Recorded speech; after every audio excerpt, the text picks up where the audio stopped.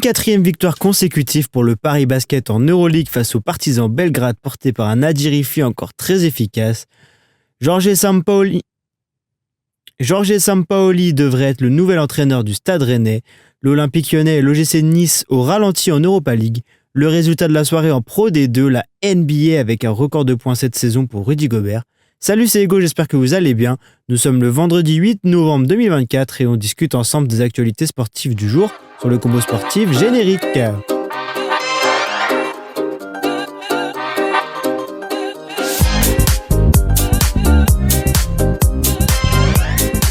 Le début de saison rêvé du Paris Basket se poursuit après leur nouvelle victoire en Euroleague hier soir face aux Partizan Belgrade. Dans une Adidas Arena encore bien garnie avec de nombreux supporters serbes, les Parisiens ont battu une belle équipe du Partizan sur le score de 74-71. Un quatrième succès consécutif en Euroleague qui leur permet de rester dans le wagon de tête au classement. Avec un bilan de 5 victoires pour 3 défaites, Paris s'adapte bien pour sa première saison dans la compétition. Dans un match très serré où le Français Franck Ntilikina aura eu plusieurs balles de match pour le Partizan, ce sont bien les coéquipiers d'un TJ Shorts encore muselé mais clutch qui vont l'emporter au terme d'une belle bataille.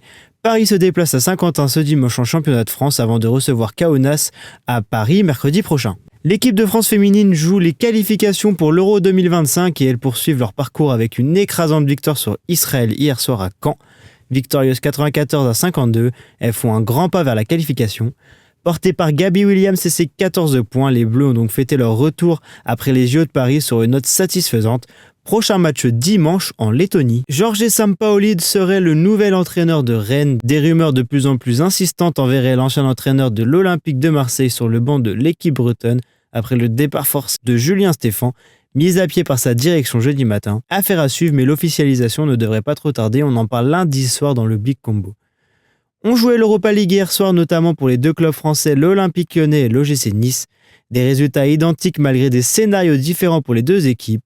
En déplacement du côté de l'Allemagne et de Hoffenheim, les Lyonnais pensaient rentrer avec les 3 points dans le Rhône après une superbe demi-volée d'Alexandre Lacazette dans les arrêts de jeu, mais les Allemands ont égalisé dans la foulée. Résultat frustrant donc de 2-2 entre les deux équipes. L'OL rentre avec un petit point et de nombreux regrets.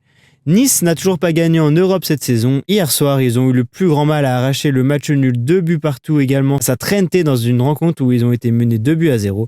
Ils occupent le bas du classement de cette Europa League tandis que l'OL se stabilise à la 9e place. Un seul et unique match hier soir en Pro D2 qui a largement tourné à l'avantage d'un Stade Montois inspiré face à un Biarritz Olympique qui aura commis beaucoup trop d'erreurs pour espérer rentrer avec des points de Mont-de-Marsan.